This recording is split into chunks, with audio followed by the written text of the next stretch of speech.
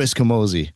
First of all, one of the coolest names in the business. Plus, a man that was exposed to so many stage lights. It's puzzling to me that he doesn't want to wear any permanent sunglasses by now. Besides all these facts, Chris is one of the finest musicians and guitar players I know. And he performed in the studio or live with people like George Benson, Whitney Houston, Michael Bolton, Mariah Carey, Barbara Streisand, Kenny G, Regina Bell, and the list goes on.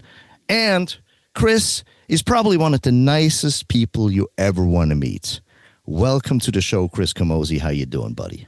I'm doing great, Urs. Thanks so much for having me. This is a great reunion for you and I, too. Oh, absolutely, man. It's been a while since we planned this, right? Yes. So we have a little history. We have a little history together, and we actually worked on a few projects together. But I don't know anything about your upbringing. Maybe you can give us a little backstory here. Okay. So I came from a musical family. Mom and dad were musicians. My dad was like a big band Frank Sinatra singer, had a 14-piece band, and he sang out in front with his tux. And so we had music playing all the time in the house. So I was exposed at a very young age to Frank Sinatra and Vic Damone and Mel Torme and all the great singers. And I love that music. So the first thing I learned really was standards. And the first one I learned, I remember, was Girl from Ipanema. And then we had all those complicated bar chords and stuff. But I was really young and I loved it. And then I would accompany my dad. And then he started taking me on shows and we started doing shows together. And that was exciting. And of course, as I got older, I got into high school. And I met my great best friend, Walter Afanasieff. And it's an amazing story how we met. It's very long, but we have time, man. We became best friends and put a band together and played in this band throughout high school and also during college. Wow. And then we formed like a jazz trio and started playing nightclubs together. And it's pretty much inseparable with Walter. We had just an incredible friendship and a great relationship. And then Walter got a break. He auditioned for a producer named Narda Michael Walden, who had relocated from New York to Marin County. And Walter went up and auditioned on keyboards, and he got the gig and started being the keyboard player on everything that Narda was producing. Wow, that's amazing. So he was up there for a while, and then he called me and said, "Hey, do you want to come up and help me with the demos?" And I'm like, he says, "It doesn't pay anything." I said, "Oh, gosh, I don't care, to go and work in the automat with Walter." It wasn't with Narda yet. We were literally in a coat closet. Walter and I, when we get there, we'd roll the jackets and the coats out into the hallway. We had a little table in there, and we had my OBX drum machine. I had a Rockman, and Walter had like a Atari 5050 recorder and a DX7. That's it. And we would do like the demos of the songs that Narda was thinking about recording. So we'd play Walter kick bass and I'd play, and we'd do all these demos. And I did that for a long time for free and was happy to drive up to San Francisco and not get paid. It was just exciting to be in the building with, there's so many famous people recording there at the same time. Santana and Herbie Hancock and the Pointer Sisters and everything. And David Rubinson's management company was there. So one day we're doing some demo, and Dave Frazier, Narda's engineer, walks in and goes, "Hey, man, the boss wants to see you." And I'm like, I thought he was talking to Walter. He goes, "No, you." They didn't even know my name. And I'm like, "What do you mean?" He goes, "He wants you to play that solo on that demo you did like a couple of years ago or whatever." I'm like, "Oh, my God." So I had a Les Paul and a Rockman. That's it. Wow. And I went down into the studio, and there's Narda in his robes with his flowers and his incense. And he didn't even know my name. He goes, "All right, man, just lay down that solo that you did on that song," right? So I go, "Can I hear it?" I don't even remember the song, right? Oh, so he really? played it. I played it, and I'm like, "Oh, man, that is a really hard solo." It was like a beautifully well-written out solo that I had really worked on, and they changed the key. Oh. I said, "Wow, that's in a different key." He goes, "Yeah, that going to be a problem for you?" And I'm like, "No." And I'm just thinking, I'm looking at my guitar neck. I have no idea what notes. I'm so panic-stricken, right? So he goes, "Let's do this." So Dave Frazier hits record, and I probably played the best solo I think I've still ever played in my life. One take with an overtone harmonic on it. It was magic. And then the solo ended, and he stopped the tape, and Narda looks and goes, "Everybody out of the room except for you." And I'm like, "Oh, God, I'm going to get yelled at by this guy, right?" And so everyone left the room, and then he turned his chair to me and he goes, "What's your name?" I said, "Chris Camozzi." He said, "Tell me about your parents." That was the next question he asked me. I said, "Both musicians." And he goes, "Gosh, I knew something." He says, "I've never heard a solo first take like that out of a young guy like you, I'm really impressed, man. He said, welcome to the team. And you got to have a nickname if you're on my squad, man. And so Camozzi, Kamikaze, that's your name. Kamikaze. And then he said, hey, I'm doing a George Benson record. You want to play on that? And I'm like, sure, you know. So, you know, Walter was the one that helped me. He got me up there, got me in front of Narda. And then I kind of became not the guy, but I was like the junior guy. Corrado Restucci was still the main guy. Right. Playing guitar for Narda. And what happened is, as Frank Martin was doing keyboards, as those guys got older, they either had issues with Narda or they aged out and wanted to do their own thing. They wanted to produce records themselves. And so Walter moved up to an incredible position. He was really doing a lot of all the tracking for all those records. Yeah. And then Walter would invite me to come in and play guitar on the songs. So that's incredible. My best friend from high school helped me out, man. I remember a George Benson record you played on. Was it Kisses in the Moonlight or something? Or? Yeah, I think it was a tune that Walter wrote or something. I can't remember. But there was a connection in there somewhere. Yeah. And I remember doing that. I remember also doing backwards guitar that same day. We flipped the reels on the 2-inch and did this weird backwards guitar. I don't know. It was magical for me. I just couldn't believe that I was actually part of something great. And, you know, I was just so thankful. And Walter continued to help me out, you know, and put me on all the records that he was working on. And that's where a lot of my credits came from. And then Walter was offered his own position, you know, production company. And he moved from Tarpon Studios, which we were there with Narda, to the record plant, which is the plant in Sausalito, legendary plant. You took me there. Yes, the very first song I did for Walter, it was for Michael Bolton. It was When I'm Back on My Feet Again. Oh. And they had already cut the song for the record, but they were going to release it as a single, and it didn't have drums on it, and it didn't have a lot of production. So I played drums on that, and then I added guitar on it, and Walter did this whole thing and turned it in, and they just loved everything he did. He had the golden touch. Genius programmer, yeah, he's Absolutely. So wonderful. And he took me with him. That's amazing. That's how I got in. And of course, then I met Michael Bolton doing his record. Walter got hired to do the next record. All right. And then Bolton said, hey, how would you like to go out on the road with me? And I'm like, oh my God, you know. So Walter helped me negotiate that deal. And I got the tour and went out and did the tour. I was literally playing for 100 people, you know, in a nightclub. And the next show was 20,000, you know. Yeah. It was a massive jump. It can be scary, right? I remember right before I went on stage, I asked the music director then, hey, what happens if I make a mistake? And he looks at me and goes, oh, you don't make mistakes at this level. And I'm like, what? And I'm like, you know, and after 20 years of being with Michael Bolton, I think probably I made maybe two mistakes in all of those. Yeah. Consistency. You learn you've got to deliver that high-level product every night, you know? Very true. But we're only humans, so, I mean... Yeah, it was surprising. Michael said that was one of the great things about me was I was so consistent, just consistent every night. So that's how I did that. And then, of course, I did the first Michael Bolton tour, and I was on the last 2 days of that tour, and Walter called me. I was in Los Angeles, and he said, hey, man, I need you up here for... we had already done Mariah's record, but she was going to do her first live performances.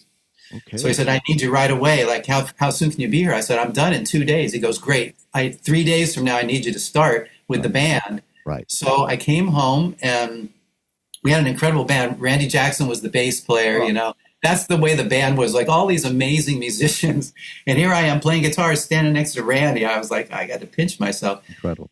So we did like Saturday Night Live, and of course we did the Grammys, and she won the Grammys, and we did like Arsenio Hall and all the TV shows from that era, Saturday Night Live, and what was Tonight Show, and it was so exciting. I was just so thrilled to be a part of something. I'd spent my whole life. I was already 30, you know, so right. Okay. Not much had happened for me. So I think it made me more appreciate it a lot more. Yeah. So how comparing to Los Angeles, how was the session scene in San Francisco at that time? And there was a big session scene, right? But so what happened is the plant was running, and then they had Studio A, B, C, and D. They had Studio D, and in Studio D was this jingle company, and they were a top jingle company doing all the major commercials for Levi's and Wesson Oil and Taco Bell and everything.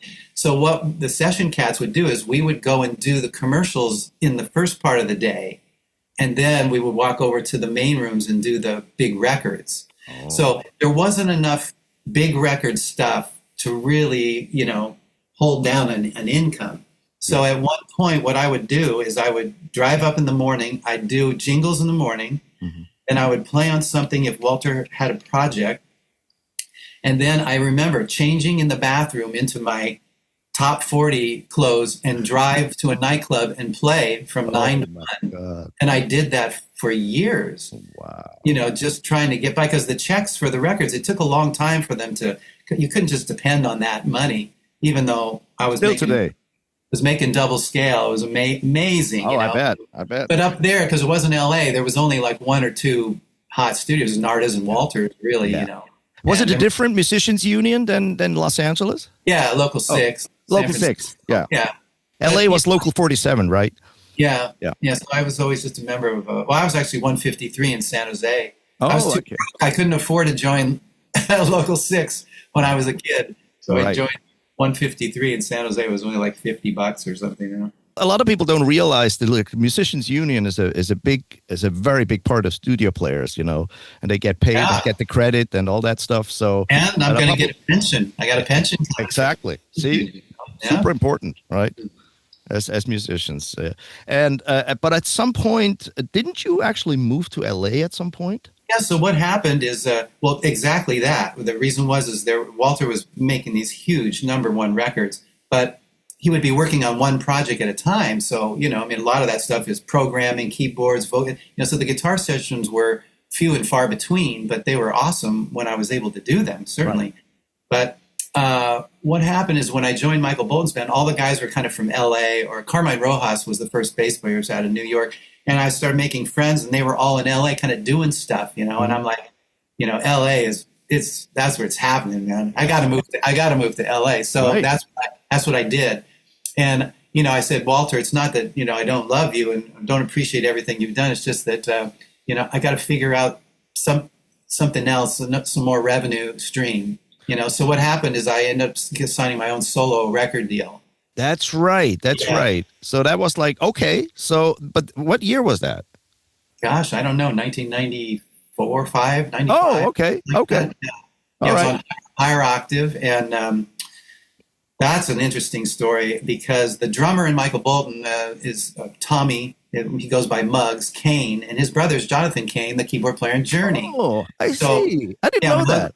Yeah, Muggs was my hang on the road and everything. So, of course, I met Jonathan and became really great friends with him. Now, Jonathan and Neil Schoen, the guitar, they would do these solo instrumental records during the summer months for this record label, Higher Octave. Okay. And, the budgets weren't huge, but I remember Jonathan used to say, "This is vacation money, man. I take my family." Right. And it gives me a chance to do my own thing.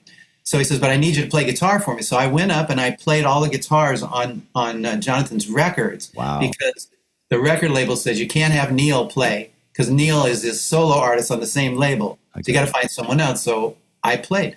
So when he turned in the record label said, "We love it, and we really like that guitar player. Who's that guitar player guy?" And so Jonathan's like, "Oh, yes, my buddy Chris."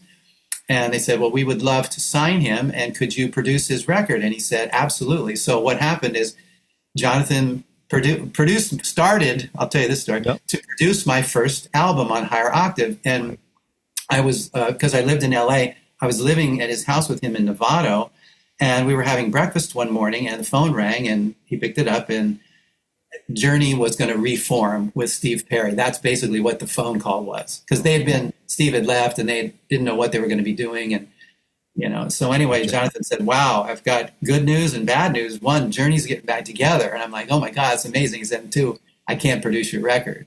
I got, and I'm like, "Oh, yeah." So I had to return to LA and find another producer. And my dear friend and awesome keyboardist, Scott Fuller, suggested Tom Keene. Now, Tom was David Foster's right-hand guy. And Tom was trying to break out on his own too.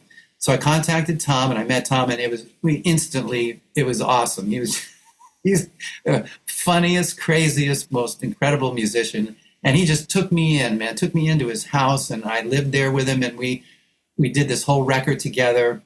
Nice. With his wonderful engineer Ray, and we just had the best time. And that was the launch of my solo career. So I really became kind of like an LA guy, you know. Wow. And what was your rig back then? What was your rig? Well, I had the big Bradshaw stuff. Oh, really? Yeah, yeah. Wow. You know, Bob, I went and met with Bob, and Bob said, "Look, I don't take on clients unless they're pretty big name." He said, "But there's something about you, kid. I kind of like you, strange way. So I'm going to help you out. I'm going to build your rig for you." And we put together this. He built like 3 rigs for me. Wow. The first one, I had a Marshall 100-watt and a Boogie 100-watt head, and we powered the stereo rig with both those. And then I had a small rack with a bunch of outboard gear and his pedals. Then the next thing, I went to the 26-pace rack with the 3+ preamp that he made. Yes, of course. Made some Boogie power amps and that whole rig. And I did that for 2 Marshall cabinets in stereo with vintage 30s and Tom Anderson guitars. Tom, love you. Thank you so much. Tom, for helping me in the beginning. Yeah, it was awesome. And I mean, as any musician goes, I went through, so many changes and guitar changes and changed companies. And, I was with Gibson for a while, which was incredible, getting Les Pauls and Chet Atkins for all the great live stuff. And then as my solo career progressed, I had this really wonderful relationship with Ibanez Guitars, who made jazz guitars for me. That's right. Wanted to ask you about that. Yeah. And so that was very different. It was kind of so we tried to separate the jazz thing from my pop thing, so I could still play my Tom Andersons but still do the Ibanez, either the 335 type or the big jazz boxes like the Benson. There's actually a very cool promotion video of you showing off a hybrid, like acoustic electric guitar from Ibanez. Really cool. It's a very nice video. I've just recently discovered it, and I really dig it, man. You play. So what they told me, and they put me in the catalogs too. I mean, the guy, I can't remember the guy. I'll remember his name, who ran Ibanez for me. Oh, I loved him so much. He was so great. Rob Nishida. Rob. Yeah, I love you, man, wherever you are. You took me in when I wasn't as famous, and he helped me so much. They made a custom Chris Camozzi guitar. Yes. And he put me in the videos, and he told me, the reason you're in all the videos is because you can actually speak. He said, a lot of these guys are incredible musicians, but they have a little trouble on camera. And he says, you're very articulate, and I want you to be a part of that team. Plus, you're an amazing player, bro. I know. I always kind of, I realize, you reach a certain level, and then after that, it's like you got to hustle. It's a PR thing, and you got to be nice. You have to be kind to people. Yes. Because I learned that, your friends are the ones that are going to help you, Amen. So I found out that was part of it, being a really good, and especially on tour, being a good team player and trying to get along with everyone and trying to help out, I think, help my career. Oh, absolutely, man. I mean, okay, so you moved to LA and your solo career kind of happening. The first record came out in 95. Was it 94 or something? Yeah. And it had like an airplay hit on it. Is that correct? Or was this the second record? It was the second one. I left Higher Octave, and I think they sold to Narada or something. I forget what was going on with them. But anyway, I left and went to Discovery, which is Warner Brothers. So that's correct. Much bigger deal, a lot more money. Yeah. It was wonderful. And so I put the record out, and then my manager at that time, Steve Chapman. Hey, Steve, love you too, buddy. He hooked me up with Paul Brown. And Paul Brown was like the smooth jazz producer. He was the guy. So Paul brought me into his studio, and he took one of my songs, Swing Shift, that I'd already cut, and he kind of redid it all and brought in a great bass player. And I think Mike Ajitsi on keyboards, and Dave Cause was playing sax on it. Nice.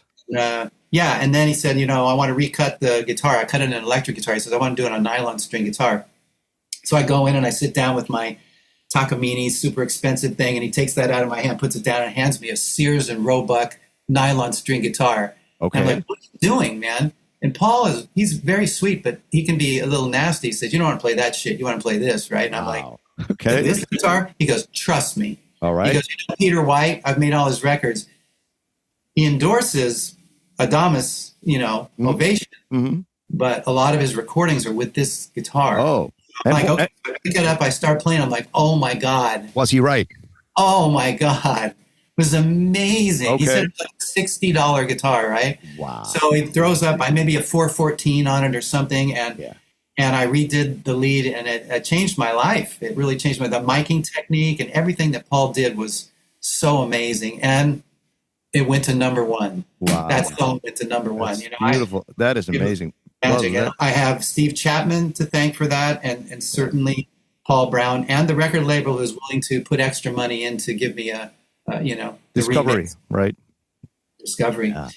And I stayed with them for a while, and then I left and went to Gold Circle, which is another record label that was run by Steve Barry. Now, Steve was basically huge at ABC Dunhill. He discovered Steely Dan and the Mamas and the Papas and all that stuff. Right? And he really believed in me and felt that I could make a big record for them. And so we talked about it, and we decided we were going to get like a top producer. And, Jeff Lorber had always been, one of my favorites, And so we decided that we would hire Jeff. I went and met with Jeff, and it was funny because I'm not sure if Jeff even liked me. It was really kind of rude, and, I don't know. But we're just very different, very different people. Right. But I'll tell you, we had an amazing time making that record, and we became so close through that. And I think he changed me, certainly. I learned so much from him, but I think I changed him a little bit. Yeah.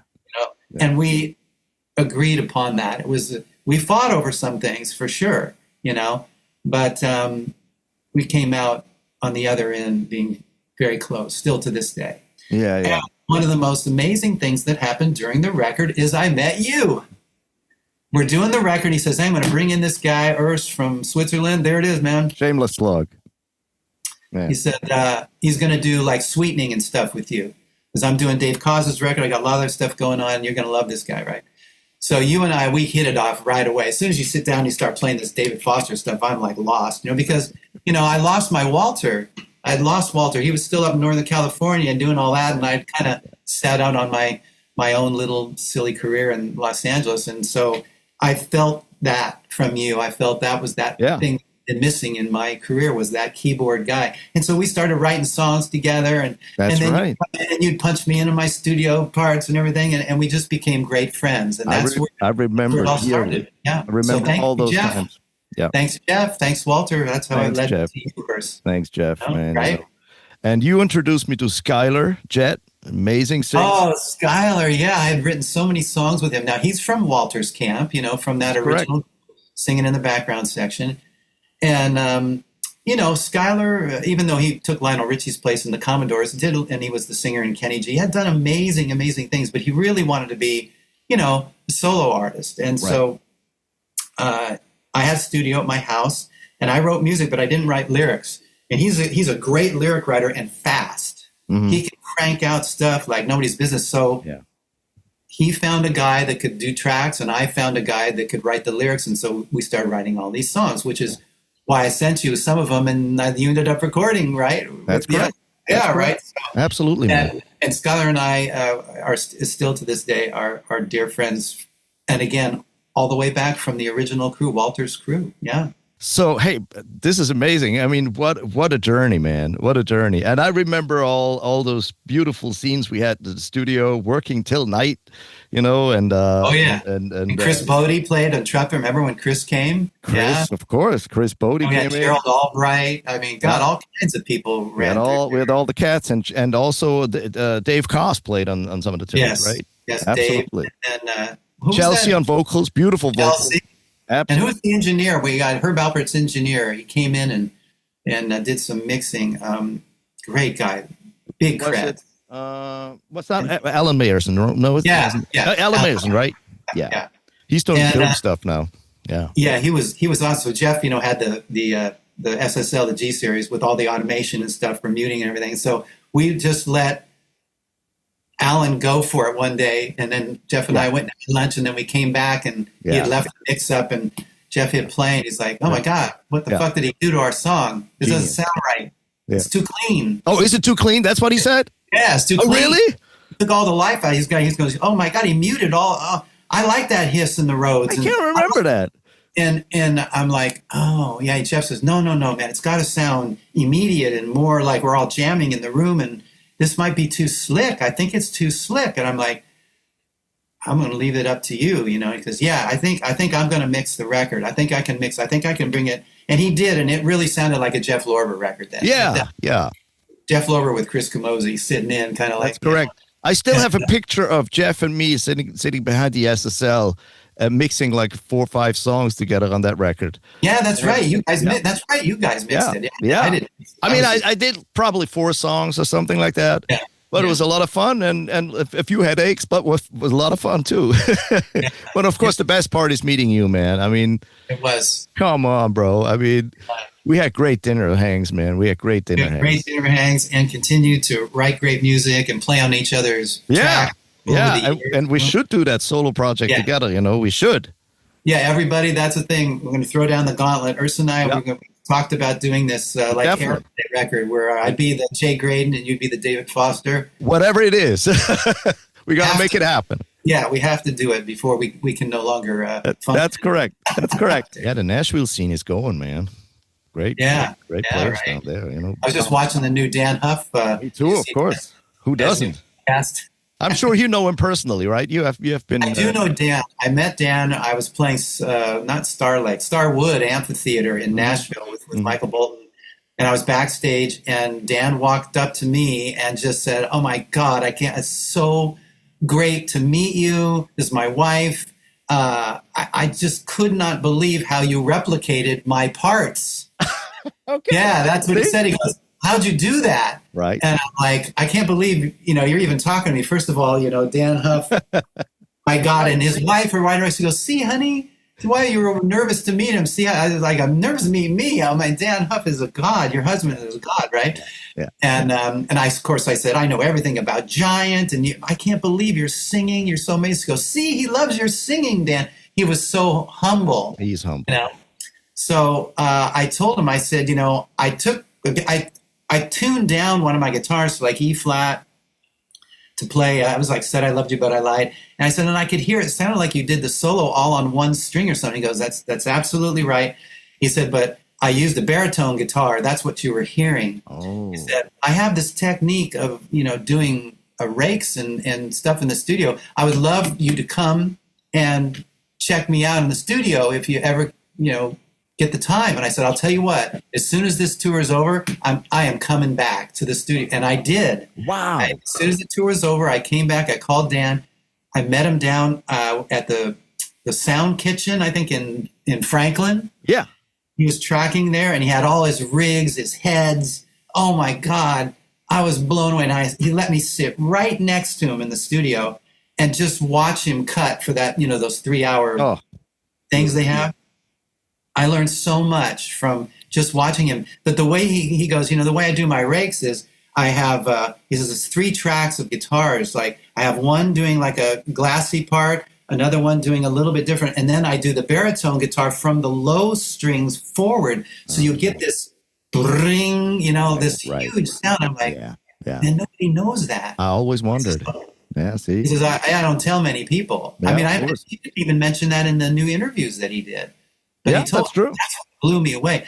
But, watching him play, and then, of course, he did all the Mutt Lange sessions for Michael Bolton. Yeah. And so we got to talk about all that. And then, which led me to an amazing meeting. I got to spend 3 nights at Michael Bolton's house with Mutt, having dinner with Mutt and talking to him. We talked into the night. I asked him every question I ever wanted to ask about music. And he told me all of his secrets and told me how he makes music and how he thinks about it. And then he called his engineer, and his engineer, it was so long ago, they faxed me all of the amp settings that they used for every sound. He had templates for like Mesa Boogie amps and everything. And the splitter boxes, everything was cut with 3 guitar amps, and they had mics on the cone, one behind and one 3 feet away, and they blend them up. It was crazy. And they always used he had like a Tom Anderson or something, some special guitar. Mm-hmm. And Dan Huff remembered telling me that he made him play that one. Right. And Dan played that guitar, I think, on some of So he couldn't even play his Tyler, right? Yeah, right. I think he did use Mutt's guitar, I think. Wow. Mutt showed me how he did his background vocals. You know, he cuts like 32 tracks of these things and then mixes them into a stereo mix and then bumps it up with a certain EQ so it sits up above the. I mean, I was in awe of Mutt, and I think he was thrilled that someone knew. I knew as much as I could possibly know about every record and every player. But he told me, you know, like on those Bryan Adams records, he goes, you know, Mickey, Brian's drummer, is the only drummer that I would allow to play on any records because no drummers play the way I feel. He says that's why he programmed a lot of stuff. Yeah, he said all those snares, those are all programmed. Yeah. In fact, he said the tempos of the verses and the choruses are always different. There's a 3-tick difference. He says that tick difference with my snare sample makes the chorus so fat and so large. He said it gives them a lot of girth. I remember him telling me that. And that was back in the day. I mean, it was Pro Tools, but it was not like the stuff we have today. Yeah, he said the drummers would just play cymbals, but I all the kicks and snares. Def Leppard, same way, all that stuff was him. Great sounding record. They hold up to this day. You know, amazing. Yeah, he is absolutely amazing. What a nice guy. Yeah, and I think Kevin Churko was probably at the time when Bolton was there, the guy from Canada who's in his own rights is a great producer, lives in Vegas now. Kevin Churko. Does it ring a bell to you, like the name? No, Kevin? No, I missed him somehow. Oh, okay. Yeah, he was in Switzerland for like 3 years. Oh, okay. Was he Mutt's engineer or what? Yeah, he was. He used to be. Yeah. Oh, okay. So that might be the guy that sent me the stuff. Probably. Kevin. He ended up producing, Ozzy Osbourne, and has a great career himself. Has a great. We learned from each other. Oh right? Man, it's exactly what it is. You know, I have a couple of rapid fire questions for you. All right, cool. If you like them, it's just a few of them, but I always like to ask them. So, of course, this is an easy one, tricky and easy at the same time. Your favorite guitar player, all-time favorite guitar player? Yeah. Well, I got to go to Jeff Beck first. Thank you. I got to go to Jeff Beck first, only because as much as I love everyone else, there's something about Jeff when he's in his prime, when he's really in the zone, that he makes the guitar speak. Yeah. I've never seen anyone quite make the guitar. It becomes like a part of him, and that to me just sets him apart for sure. But separate from Jeff, there's all these amazing guys. Steve Lukather was one of my biggest influences. And it's very unfortunate that I still have never met him. And one of these days I will, and I'll be able to tell him that he was monumental in my development as a guitarist. Mm-hmm. The way he soloed in Toto, the way he played, just everything about, Steve was incredible. But, there's Larry Carlton and Jay Graydon and Lee Ritenour. That was another group of guitar players that changed my life. And then you get Carlos Rios who comes along, and you get all these incredible guitar players. And to me, they're just all on this superior level. Paul Jackson Jr., When I came to LA, I was doing the Grammys backstage, and this dude came up to me, this really long hair and everything, grabs me, and goes, "The Pirate, you guys! The Pirate, he's here!" Like that. I'm like, "Who is this dude?" He goes, "I'm Carlos Rios." I had never seen a picture of him before. Oh. So I'm Carlos Rios. He was the guitar player with Whitney Houston at that time, and I saw him on stage, but I didn't know that was him. And I'm like, "Oh my God, Carlos, man!" He goes, "Well, don't move." And he went and he got Paul Jackson and all these studio guys and brought them over and said, "Here's the guy. We don't know your name, but you've got the two best gigs in LA. You've got Mariah Carey and Michael Bolton. How did you do that? And who are you?" Yes. And I'm like, "I'm from San Francisco." Right. They're going, "Oh, okay." And I said, "And I work for Narda Michael Walden."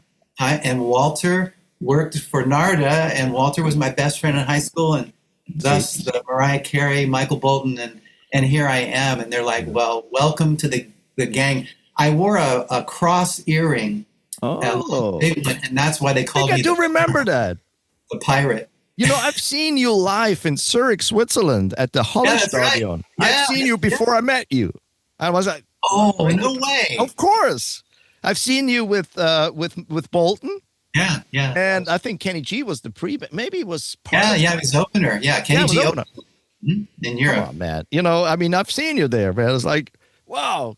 This is Chris Camozzi. And right? then I came back and we went to your studio, right? And we had dinner together. It was so wonderful. And This was a full circle moment, man. And this interview is a beautiful full circle moment as well, man. Really, really true. So we have to go back to Batter's Box, or whatever it is. It's worst tour or studio story ever. Worst tour story. Never had a bad tour. Never. Never had a bad tour? Wow. No. Did you ever play sick? Oh, sure. Yeah. Yeah, with a garbage can waiting on the side of the stage. I could run over and throw up. Yeah. Sorry about that, man. I had to play the night my dad died. Yeah, those are some tough things, but never a bad tour. Michael Bolton's tours, everything with Mariah, top of the line, top notch. Yeah. Ritz-Carlton hotels. Yes. Just beautiful. Beautiful. Sound always good. Sound was always great. Monty, our sound guy, he made me rock, man. He was awesome. Nothing bad. And session wise, I can't really remember even any bad sessions. I was petrified. Right. Of course. At everyone I did. That one solo you had to do, or you had to redo, right? Or even when I'm working with Walter, I would still come in and I'd be a little bit nervous and insecure. Right. The thing is are you going to deliver what they want? Of course. You have to live up to someone's expectations. And that's may tough. not either. I've been very lucky. Sometimes I'll get called in to do one song and I'll do it. And then the artist's like, hey, man, can you stay and play? You know, when they like what you do, then they of course play a bunch of stuff. Can you stay the next 2 weeks?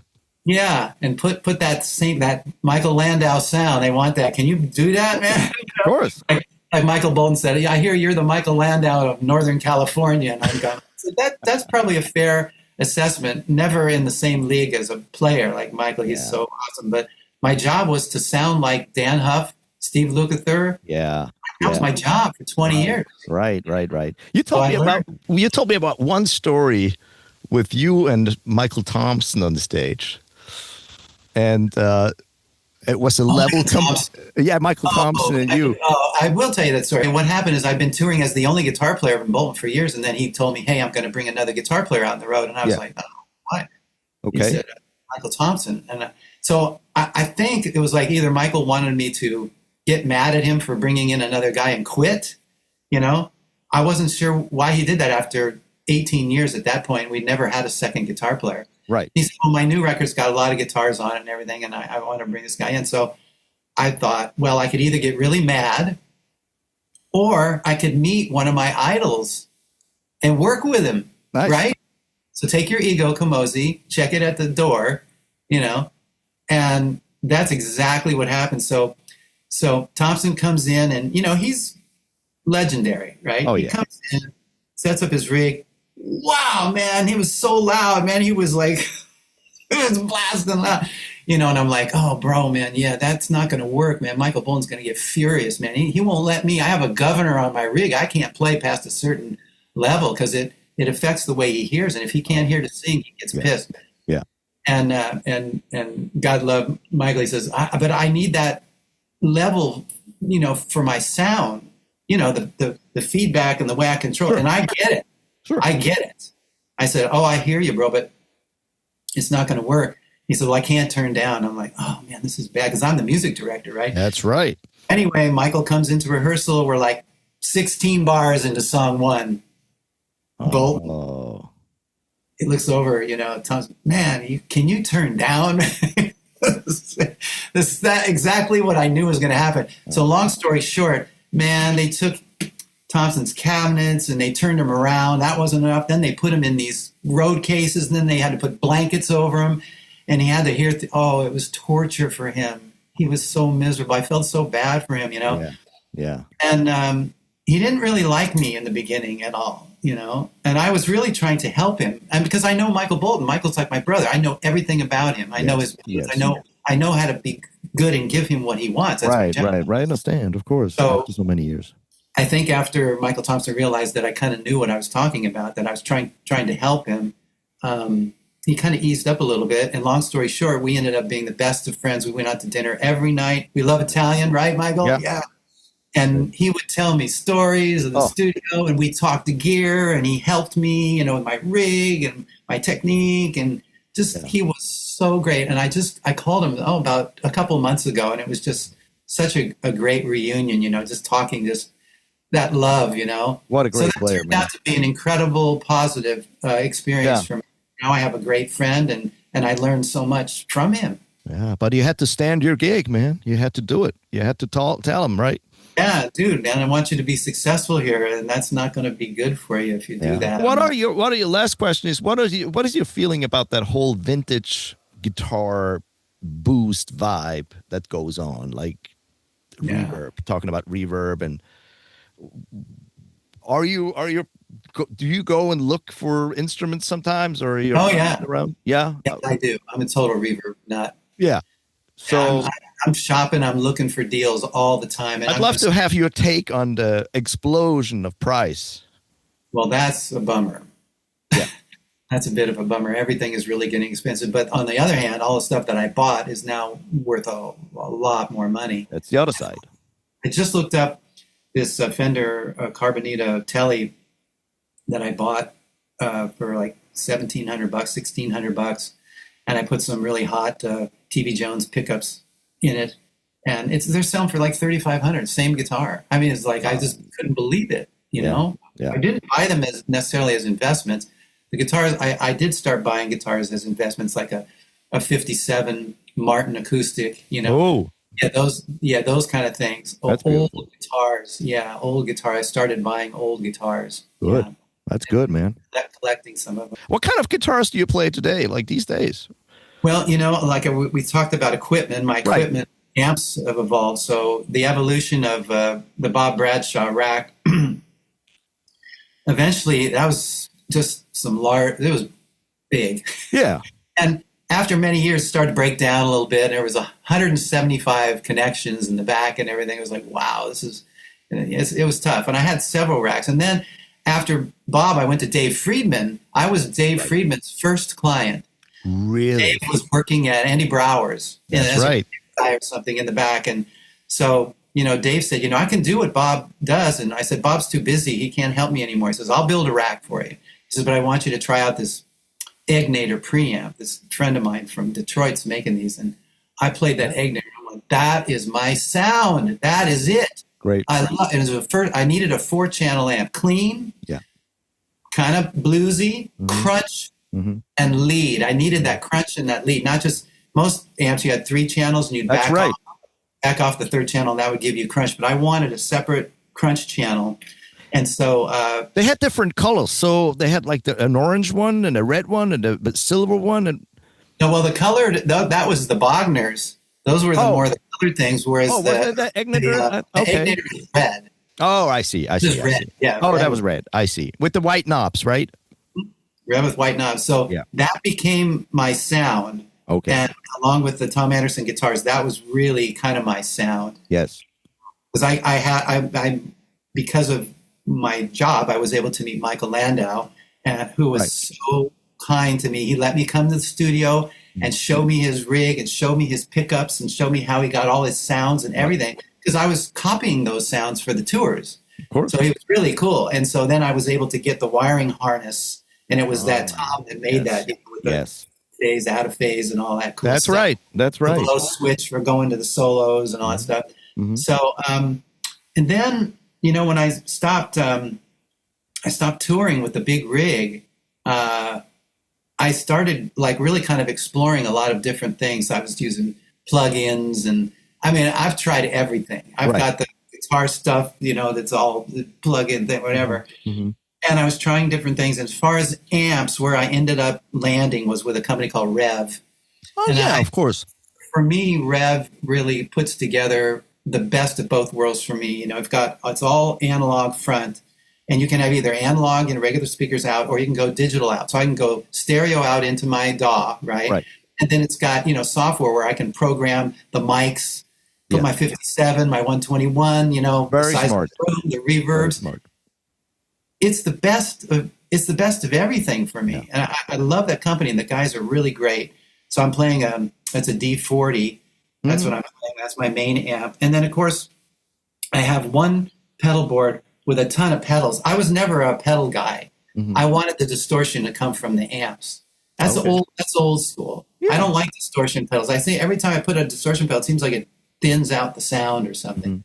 But I think that a lot of companies have been really, making obviously much, much better stuff because it's like a pedal world out there. Right. One pedal board, it's only distortions. There's like 10 different distortions. Yeah, it never ends, man. Can't find the right one, but still just pure. Best sound I think I ever had was Paul Reed Smith straight into a Marshall JCM 800 into a 4-tone cabinet. Best sound I ever had. I still think the best sound, I played with B.B. King. I used my Paul Reed Smith straight into an old Bassman.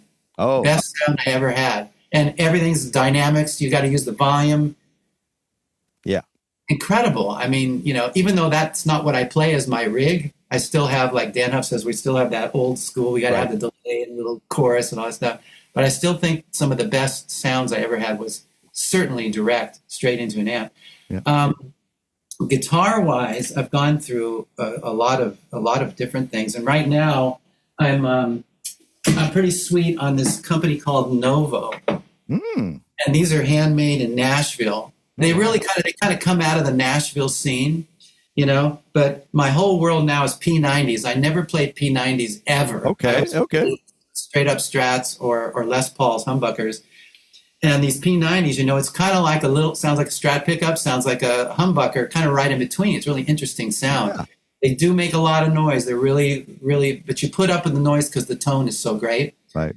But these are Fralin noiseless. I see. Yeah. Yes, that's a sweet looking axe, man. This clean as a whistle. It's got this really super cool tremolo on it. But the thing about these guitars, they're all plecked when you buy them, which is, man, when you play these guitars, you're wondering, why don't my other guitars feel like this? Okay. These guitars are incredible. Pine bodies, which is, so the weights come in at like 6'8", 6'9", 7", so they're super light. Yeah. And they've got a lot of cool stuff. And they have this really cool crackle finish where they paint them and then they put them in this freezer till it breaks up. And snaps. Yeah. I've heard about that freezing thing. Yeah. Yeah, it's just super cool. But anyway, so I'm loving these guitars right now. That's kind of my latest thing. I have two. I have another one that is a stop tail piece. It doesn't have the trapeze. Yeah. Because when you do bend on these, some of the other strings will go a little bit flat. Okay, and it's a different feel. So if you have a stop tail piece, it's more like a Les Paul. So I started off with those two. Yeah. So kind of that with my rev and in my, and then like Dan Huff, I use a lot of plugins too now. Yeah, I mean, a lot of cool stuff. So fair enough, because a lot of great stuff, came along. My secret sauce, whatever it is, it's nothing magical, but I love it. You always had an amazing tone, man. Live and the studio, whenever I've recorded, you always sounded amazing, man. And a lot of that, is that GT3. Yeah, that's right. I did all my jingles on, and I bought a backup. Tell me about that. And I program the hell out of that thing. I put a lot of time in it. The key to the GT3 is you have to think outside the box. So for my chorusing sound, I run it through the acoustic channel. So see, that acoustic really gives you that pingy, bright, open end, right? Yes. And you've got to have the ping pong stereo chorus, and you have to have more than one chorus, like Dan Huff said in his video. Yeah, you got one chorus feeding the next chorus, and the way they interact, you just get this incredible lush thing, and then you've got these long delays at the end, and of course the volume pedal, which is. And man, these tones are coming back, totally coming back. I have them all, man. I never got rid of them. They're back, man. Tell me, if you hear the stuff on the radio now, I mean, there's a lot of like chorus guitars on it. I really love it, man. Yeah. I mean, it's all full circle. What was the main guitar you played with Bolton? That was Electric. My Tom Anderson, a Swamp Ash with a maple neck. The original one I had was a drop top, and then the second one I got, the blue one, was the Swamp Ash. Yeah. You still have it? I have it. Yeah. Can I see it, or is it somewhere locked? It's upstairs in storage.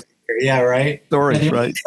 The guitars that are down here are the Novos. I see. Yeah. Ash Telly. This is a great. Look at this Strat. Wow! Look at that beautiful finish. Woo!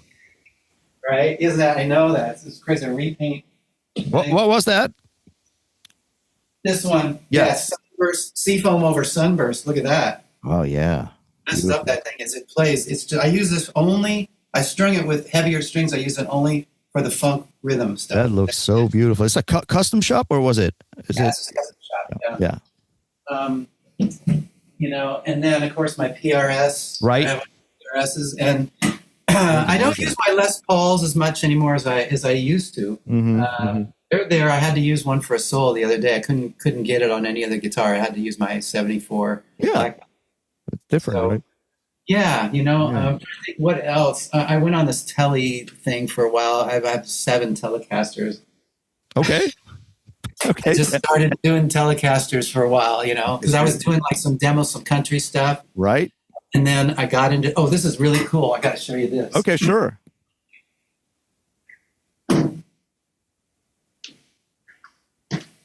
Like these benders, I always wanted to play pedal steel, but most of the like a B bender.